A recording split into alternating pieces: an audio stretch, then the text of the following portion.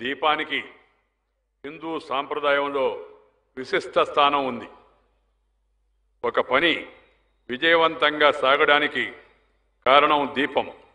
అలాగే దీపం వెలుగు మెదడుకు ఏకాగ్రతను ప్రసాదిస్తుంది, అజ్ఞానాన్ని పారదోలుతుంది, జ్ఞానాన్ని మనకందరికీ అందిస్తుంది, చీకటిని పారదోలుతుంది, వెలుగును మనందరికి కూడా అందించేదే దీపం. దీపంలో ఒక్కొక్క భాగం ఒక్కొక్క దేవత స్వరూపం అని మన విశ్వాసం.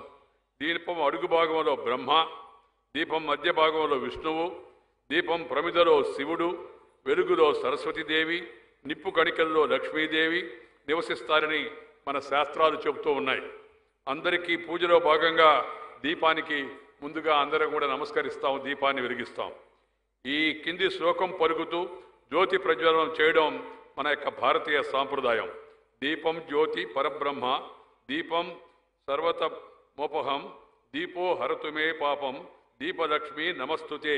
దీని భావం ఏంటంటే దీపం పరబ్రహ్మ స్వరూపం, బ్రహ్మ సకల జ్ఞానానికి ప్రతిరూపం. దీపం సకల కార్యాలను విజయవంతంగా పూర్తి చేస్తుంది. దీపం మన పాపాలను తొలగిస్తుంది. దీపారాధన చీకటిని తొలగించి వెలుగునిస్తుంది. జ్ఞాన వ్యాప్తికి వితరణకు అది సంకేతము. అలాగే వాతావరణం తేమగా ఉండి క్రిమికీటకాలు వ్యాప్తి చెందుతాయి కాబట్టి దీపం వెలిగించడం వలన అవి నశిస్తాయి, వాతావరణం శుభ్రమవుతుంది. జ్ఞానాన్ని వితరణ చేయడం దీపదానంలోని విశిష్టత. కార్తీక మాసంలో శివారాధనకు ఎంతట ప్రాశస్త్యం ఉందో విష్ణు ఆరాధనకు కూడా అంతే విశిష్టత ఉంది. కార్తీక పౌర్ణమి రోజున దీపం వెలుగుస్తూ దామోదర మావహయామి లేదా త్రయంబక మావహయామి అంటారు. దామోదరం నామం విష్ణు సంబంధమైంది. త్రయంబకుడు కూడా అంటే పరమశివుడు.